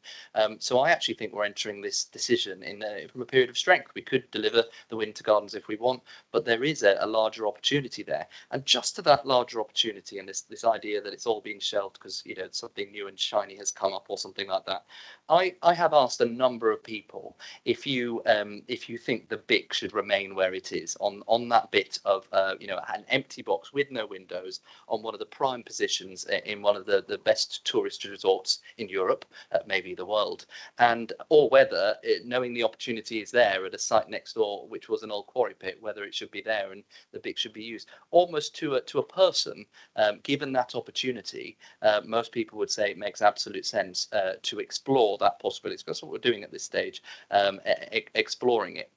And that's why I've tasked that piece of work. And without getting too personal, Councillor Bartlett, you and I had a phone conversation about 4 or 5 months ago where I told you about the evolution of this thinking, and I remember asking you, what would you do if you had to make that decision? And I recall you saying to me, "Oh, I wouldn't want to make that bloody decision," because it is a tough one. There is the momentum that you could do by getting on with Winter Gardens at pace, but there is a potential wasted opportunity of what should be one of the best parts of Bournemouth being regenerated to, I think, a standard that it deserves. So I think what we're doing here is what we should be doing, taking the opportunity that now presents itself. To be fair to the Bournemouth Development Company, they didn't have the option of the wider site provision as shown in Appendix 2 when they were working on the Winter Gardens. Now that we have that bigger area, there is clearly a bigger opportunity, and I think it's absolutely right to look at it. But to be categorical once more, Winter Gardens is absolutely viable if we wanted it to be. We've just got a choice to make about whether we take the bigger opportunity. Just before I bring Martin in, who's indicated who would like to speak, I think this conversation that you could say also has really important because there's a lot of interest about the future, obviously the Winter Garden site and the BIC, and for us to have these open conversation, it could really reassure residents they know exactly why projects have been delayed and what we're potentially looking at in the future. Myself being quite a music lover, I remember back in the day quite regularly you would go and see Def Leppard, Alice Cooper at the BIC, but these big acts aren't coming to us now. As I understand it, the BIC isn't big enough, so it's not within their as much money as they could for a bigger venue. So if we can provide a bigger venue and we can get bigger conferences, bigger acts into the town, that's going to be benefit us all. So I think it's the right thing to look at it. Councillor Broadhead. Yeah, and there's a deeper part as well, which is the conference offer. So you've got the concert offer, and actually there is some thinking: do they need to be in the same place? You know, we don't need to have our concert offer in exactly the same place as the conference offer as it is at the moment. Because if you go to a concert at the BIC, you're in essentially a big room that is quite often used for conferences. It's not how you design the modern standard. But also we are falling behind now with the level of conference offer that we're offering as well. Go to many other conferences, just even around the country, and not only is the standard very different, and you know we are in competition with them, but also the scale of offer has changed. So when the BIC was developed in the 80s, you would often get these really big conferences that quite often people would travel internationally to come and attend, and it was built to accommodate thousands and thousands of people.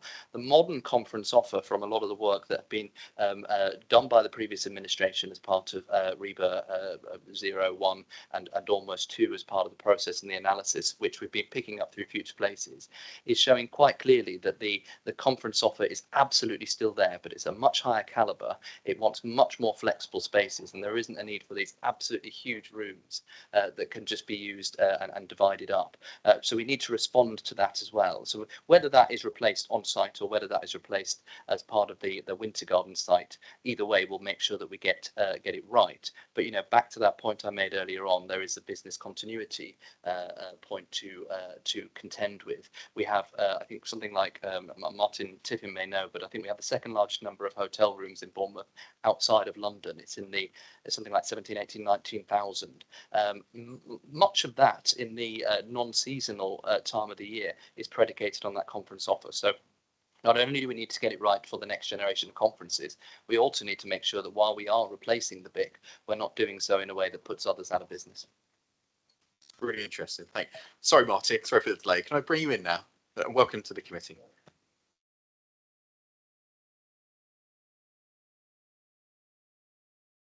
You're mute, Martin. Can't hear you. Sorry, just introducing myself. For those people that don't know me, I'm Martin Tiffin. I'm the Town Centre Vision Programme Leader. So essentially what that is managing the regeneration initiative around Bournemouth Town Centre. And I initially came into the council to set up Bournemouth Development Company back in 2008, 2009. My history with the Winter Gardens project starts from 2012 when we kicked around the ideas about what we were going to do with some of our key sites in the town centre at that time. And as Councillor Broadhead has rightly said, the Bournemouth International Centre was essentially the footprint that BDC had in relation to that was the site next door. But as some of you will also know that have been with Bournemouth Council for some time, the council's initiative at that time was to bring in a new hotel into that site. So that was very much why the Winter Garden scheme was kind of developed from 2012 until it was finally sort of approved by the council as a kind of residential-led scheme, because essentially the council's proposals at that time in 2015 was very much predicated on the developing the BIC by adding a hotel next door to it. So I just want to make that point to reinforce why essentially we decided to, at that time in 2015, to go with a very much residential-led scheme on that site, because we had other plans at that time for the Bournemouth International Centre. To pick up the other point that has been raised, yes, the scheme can be made viable. My background is in financing projects, and I've probably financed over £15 billion worth of projects worldwide over a 42-year career. So there are lots of ways of financing projects. And the way that we were looking to finance that project was a combination of essentially the council buying and owning some of the assets. We talk about the car park, we talk about some of the units. There was also lengthy discussions and actual due diligence done by Homes England to put in £65 million worth of debt. And also there was discussions with another part of Homes England to put in £5 to $7 million worth of grant.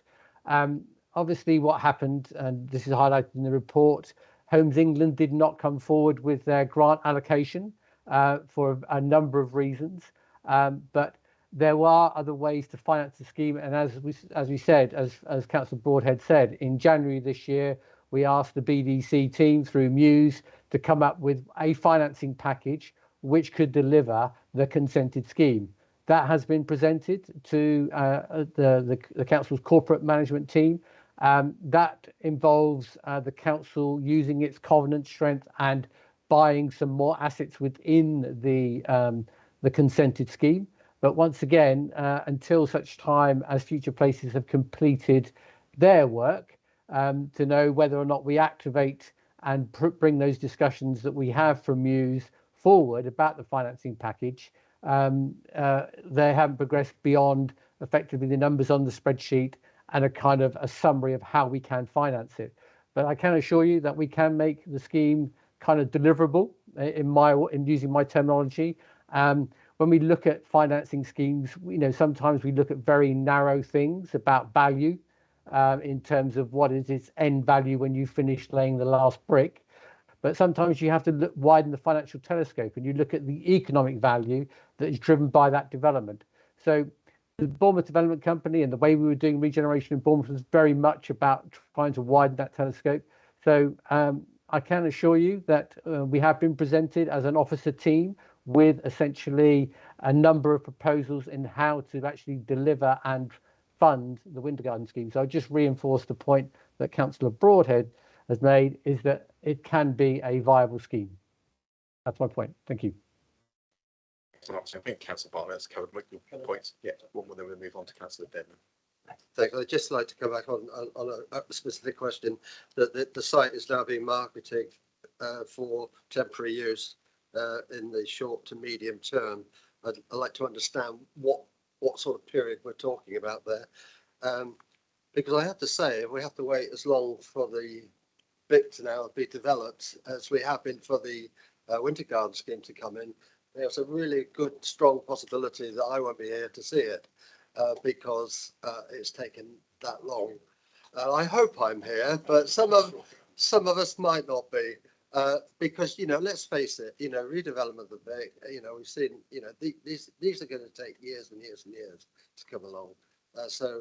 The bottom line for the taxpayer is, of course, that there's a huge investment of their money gone into developing the plans, etc., for the Winter Gardens, and probably that ain't going to happen now, probably.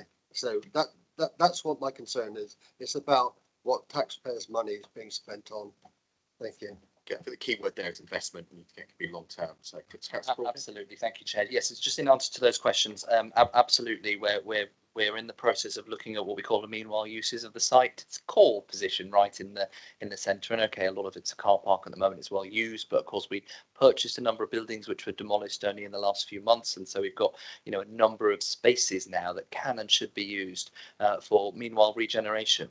Where we're looking at nearly all of the sites that we've got that are empty or not being used, and getting that regeneration in action for meanwhile. I'm really excited about it, and indeed some of the people that we've got, not just through Future Places but in other connections, have some amazing track records within that. We have actually gone out to the market on the Winter Garden site in particular, and I know from inquiries we're doing today that we are close to kind of finalising some of those meanwhile uses. So absolutely, even with the best will in the world, there's going to be a period of time where the site or parts of the site will remain empty. Let's go with some action and activity on the site and see that regeneration in action. On Councillor Bartlett's second point in the time frame, well, first of all, I've known Councillor Bartlett for many years, and I'm highly confident he will live forever.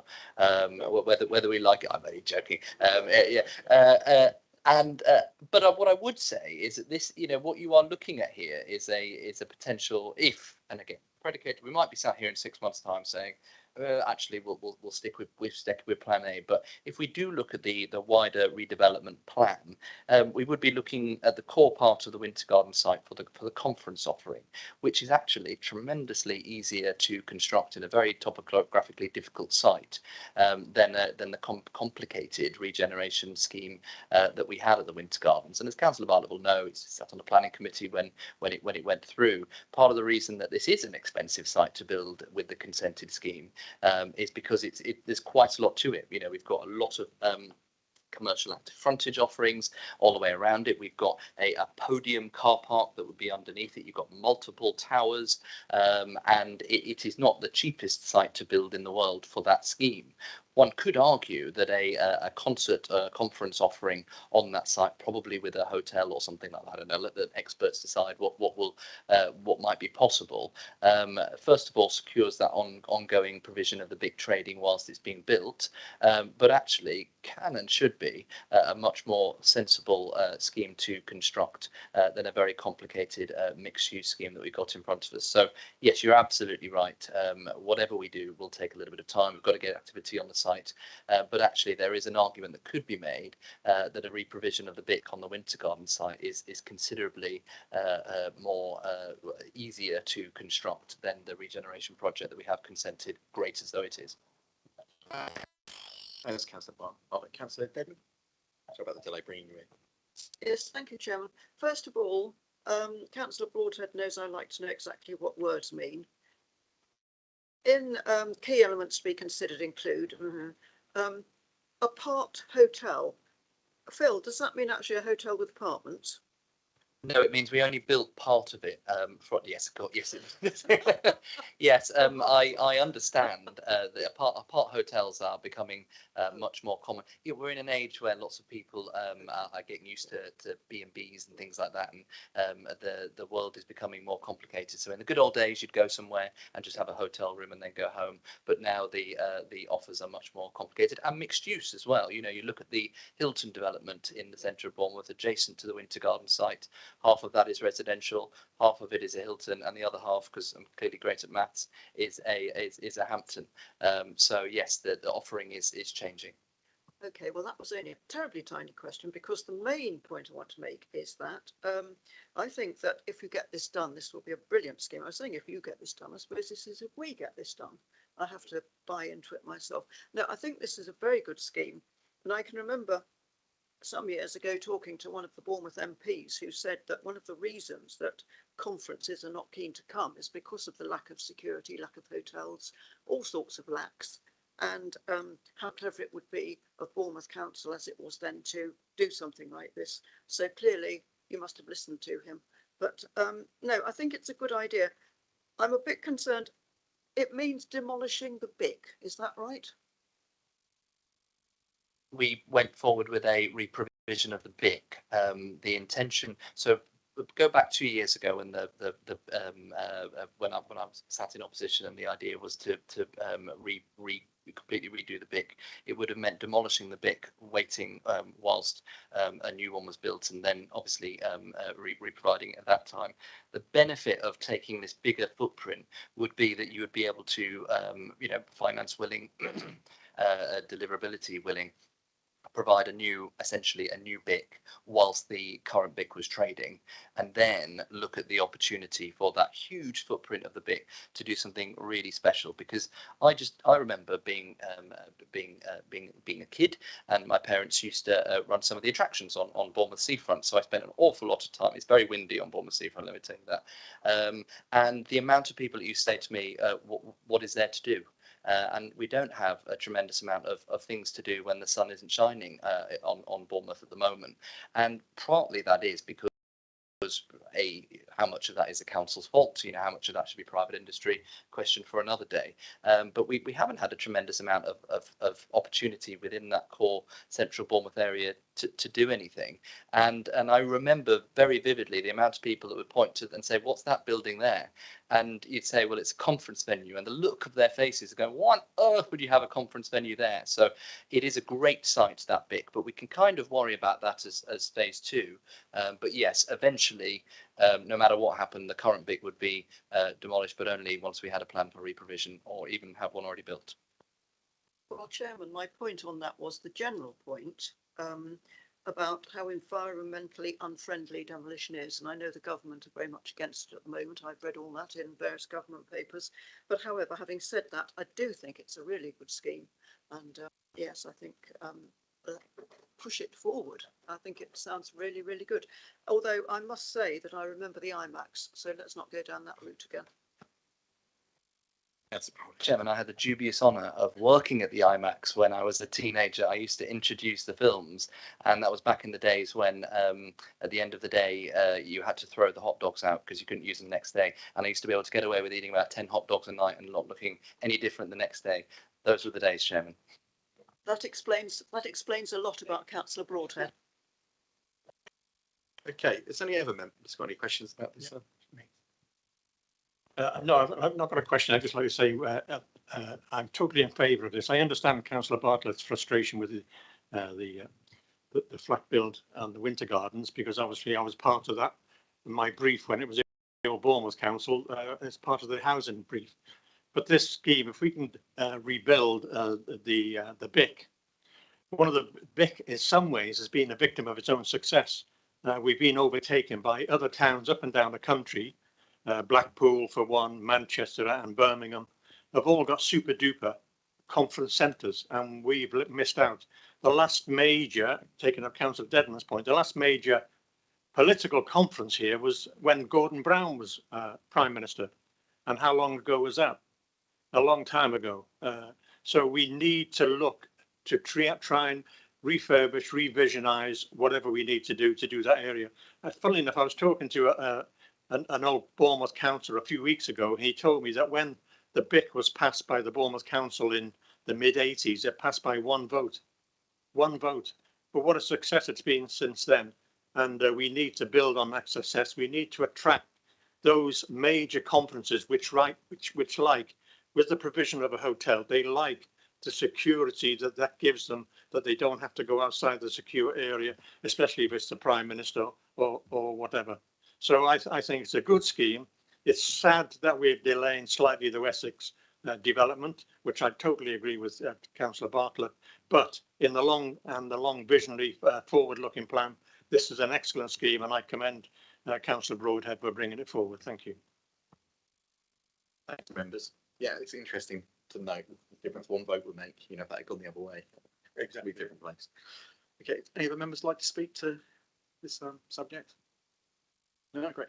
Okay, just to say thanks to everybody, to the officers and to Councillor Broadhead and all the committee members that took part in those discussions. I think it was really interesting. I think it'd be reassuring to the public and our residents as well, because we covered a lot of ground there, and I think there'd be a lot of information coming out on the back of this meeting. So thanks very much, everybody. So if I can move forward now to the forward plan, which is agenda item number 8. As you see, I did very kindly forwarded a sort of draft forward plan that I put together, and I think the last time we met, and via email as well, I did invite members to sort of let me know if there's any subject matters they would like to add. So obviously really welcome anyone's input. So if you'd like to you can do that now or do it via email. Claire and I are hoping sort of tail end of next week to sort of tie the forward plan down and put some dates to particular points. So if anyone can get back to me ASAP, that'd be fantastic. Sorry, Councillor Slade. Thanks, Chair. Obviously, we've got these items already listed, and you know, I think unless anyone doesn't think they should be on there, they need to be taken because they've already been expressed by certain members of the committee, and I'm quite happy to go through them now and confirm them for the forward plan and put them in order. But the one thing that's not on that forward plan, which was the whole purpose of this committee being set up, is the annual climate plan. This started life as a climate committee, and it's not there. Yeah. So if we could please ensure, and the other thing which isn't there, which I think needs to be on there more than once, is the local plan. That's obviously, you know, so yeah, we obviously need to take that right the way through.